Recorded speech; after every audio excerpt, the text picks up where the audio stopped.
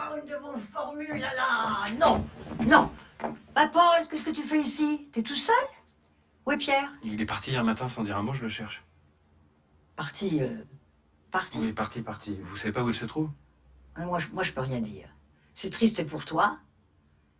Peut-être heureux pour lui. En tout cas, c'est son affaire et c'est pas la Je mienne. suis inquiet, il peut lui arriver n'importe quoi. Bah, évidemment, évidemment. Quand on sort de son petit ghetto, là, peut arriver n'importe quoi, en effet. Que comptes-tu faire? Trouver Pierre. Je sais qu'il utilise une application avec son téléphone où on peut le localiser. Il suffit de trouver le signal. Donc comme il peut être n'importe où, je me suis dit qu'il fallait que j'aille dans le centre de la France. Et j'ai regardé sur une carte, c'est une petite ville qui s'appelle Bruyères-Alichamps. Oh, Bruyères-Lichon.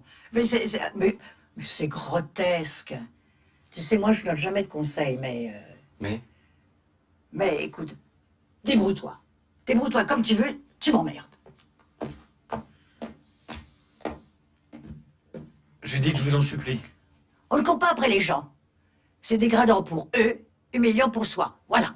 Et en plus, c'est pas très viril. T'as vu m'aider? C'est pas la meilleure pièce de Corneille. Je suis d'accord. Sincèrement, Paul. Liberté, dignité, virilité.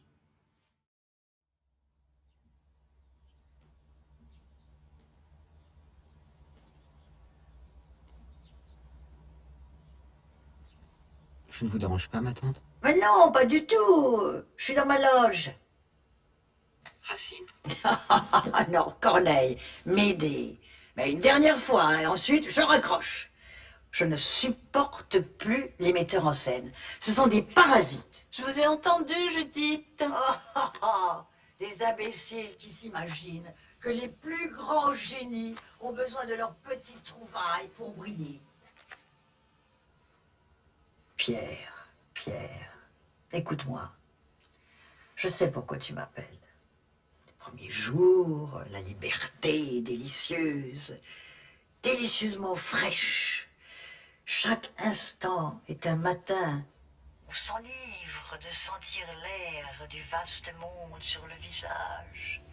On se dit sans cesse dans les terres les plus reculées, les provinces les plus profondes. Tiens, j'aurais pu habiter là. J'aurais pu être cette femme derrière les rideaux. Oui, j'aurais pu. J'ai fait beaucoup de tournées dans toute la France, en train, en bus, le plus souvent toute seule dans ma voiture. J'ai connu des chambres d'hôtel vides, des nuits d'errance et de hasard, les jolis garçons qu'on fait monter en lançant un sourire au réceptionniste. Tout cela grâce au théâtre. Prenez la route! C'était l'ordre de Breton. Et je l'ai bel et bien prise. Seulement, certains jours,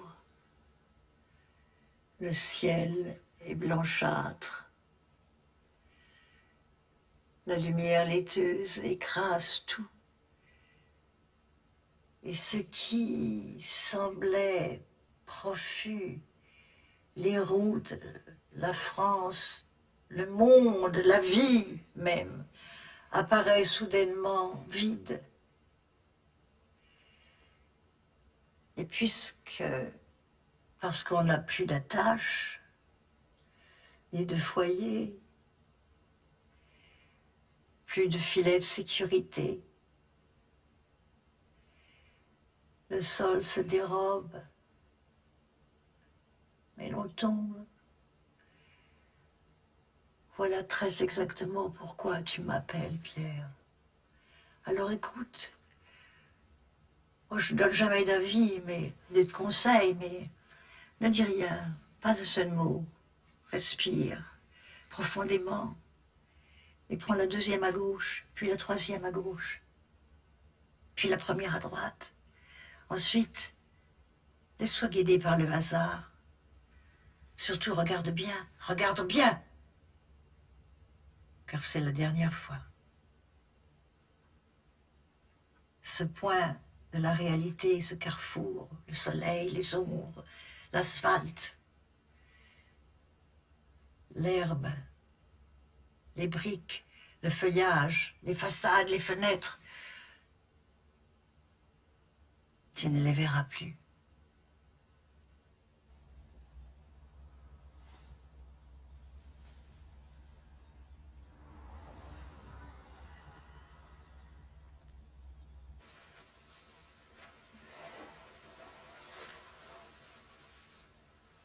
Judith, je vous accompagne.